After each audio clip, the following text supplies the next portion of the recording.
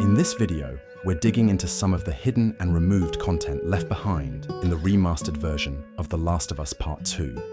From entire prototype-infected variants to remnants of ideas that never made it into the final game. Let's begin by exploring the Jackson Party Lost level. Where do the kids running with the sparklers come from? And where do they go? They're actually pre-spawned off to the side of the map. They stay like this until Ellie crosses a specific trigger point, and that's when their animations kick in and they start running towards the gate.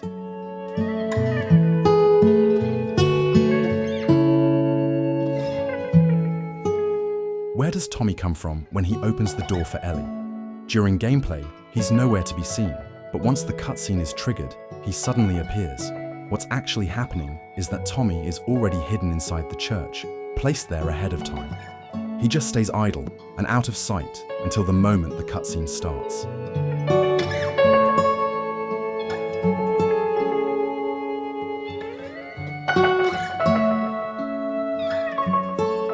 While we're here, let's take a look and see if the church interior is actually loaded in.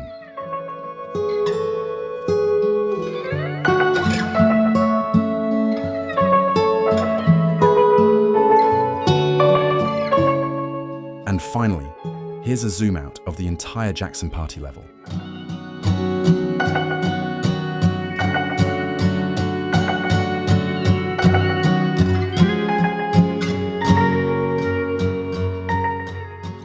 Before we move on to the next Lost level, let's take a look at a prototype-infected variant known as the Duster.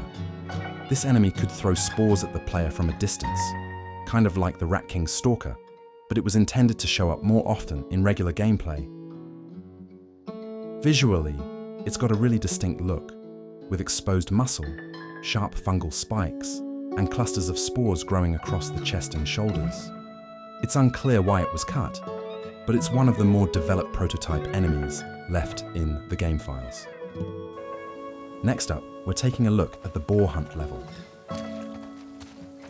Right away, there's something strange.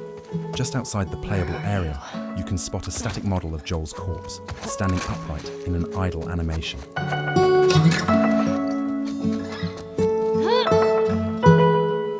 first, it looks completely out of place.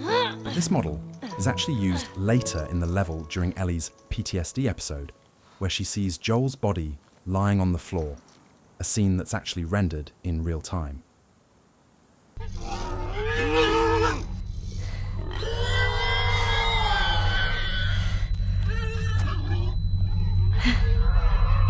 Now let's take a closer look at how that Joel PTSD episode actually works. During the cutscene, there's a brief flash of Joel's face, but if we move the camera around, we can see that his entire body is already placed just outside the room Ellie's standing in.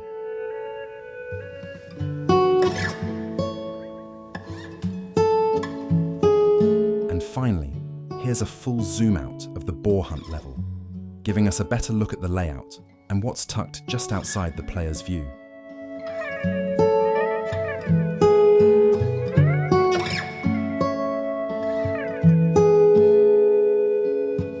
Next up, the sewer level. During Ellie's crawl sequence, there's another brief PTSD episode where Joel appears, but this one's pretty straightforward. Nothing unusual happens behind the scenes. Joel isn't preloaded or hidden anywhere off camera. He simply appears for the moment, then disappears right after.